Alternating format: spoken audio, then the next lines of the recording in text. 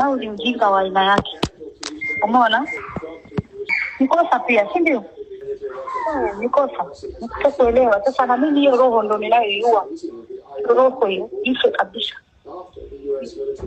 Umeelewa? Tunapita kila kitu tutaacha. Umeona? Kwa sababu nimedhani mimi tu no. Maisha yanaendelea, safari ni ndefu. Mimi sinaga roho mbaya hizo roho. Sijaumba. Sasa kama wamedanganyana, abisho hivyo sasa.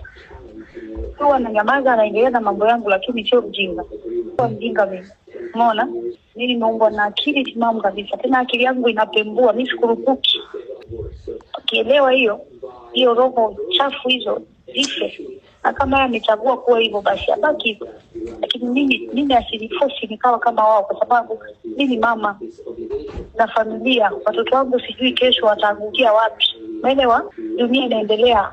Hii dunia kila unachokipanda utavuna. Sitavuna mimi, watavuna watoto. Umeelewa? Kwa hiyo panda mema, kuna watoto, kuna wajukuu kesho. Sasa mtu unamfundisha mtu roho mbaya ni nini sasa?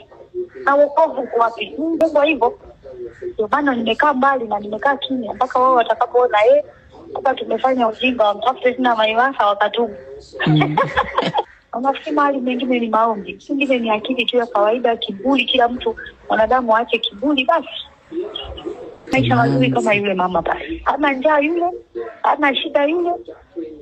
Mimi hapa nampa pesa yule kuliko nafikiri unavyompa mamako. Mimi mamangu kwanza ananiomba pesa kubwa. Sio, yaani mimi mamangu ukimpa 50,000 hujampa hela. Mimi ananiomba pesa kubwa na nitampa kubwa. Ila tu naona mipango yake mwenzetu naye labda. Ni hivyo sasa. Ndio hiyo, mimi nitakupa leo 700,000, nitakupa leo 800,000. Nimeelewa. Kwa sababu ule ni mji wake yeye, asipoipenda nyumba yake yeye, mimi sitaiwaza. Si ndio? Ndivyo ilivyo.